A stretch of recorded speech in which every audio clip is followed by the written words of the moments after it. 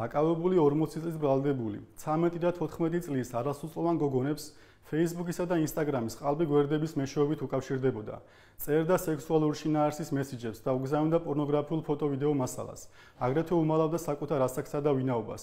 ჩვენ მიერ ჩატარებული ჩხრეკების შედეგად აღმოჩენილია ასეულობით პირთან, მათ შორის არასრულწლოვანებთან მიმოწერები და ნანახია გაგზავნილი პორნოგრაფიული და პირადი ცხოვრების ამსახველი ფოტო-ვიდეო მასალა, რომლებსაც ბრალდებული წლების განმავლობაში უკანონოდ მოიპოვებდა.